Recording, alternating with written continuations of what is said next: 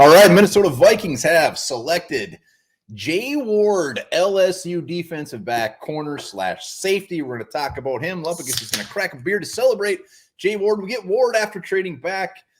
We get a fifth rounder next year. We'll talk about that in a later video. But Jay Ward, they're double dipping in the secondary, which I applaud. Welcome aboard, Jay Ward.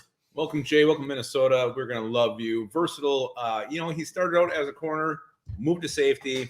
And Brian Flores wants versatile players, and this guy can do it. He'll come up and smack you in the mouth. Physical hitter, though he sometimes sounds like he misses tackles every now and then. New drinking game. Every time Lupagus says a player is going to smack you in the mouth, you have to drink. That is the rule. Smack you in the mouth, smack you in the mouth, smack you in the mouth, smack you in the mouth.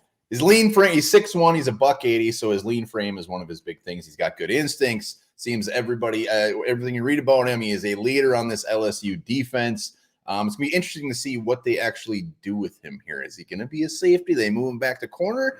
The good thing is they got some damn options, baby.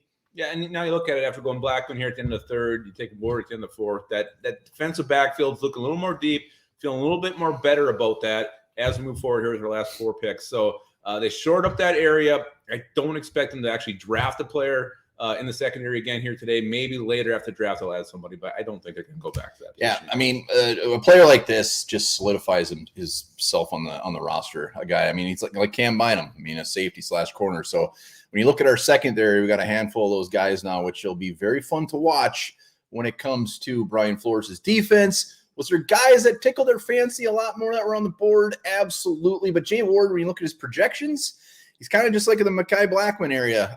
He's anywhere from like round 4 or 5. So as far as value, it's good value. It's not like we absolutely reached. We're seeing some of these other teams take players that make me absolutely nauseous. And I think, his impact will be at a special teams. Look at what he's done in the past. He had 2, I think, block kicks there at LSU.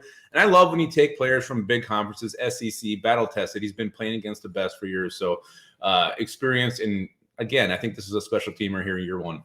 Yeah, and he played a ton of games at LSU, ton of experience. I mean, looking at his stats, 6 total interceptions in his career. And Jay Ward, it's kind of like the Mekhi Blackman pick where it's just fine.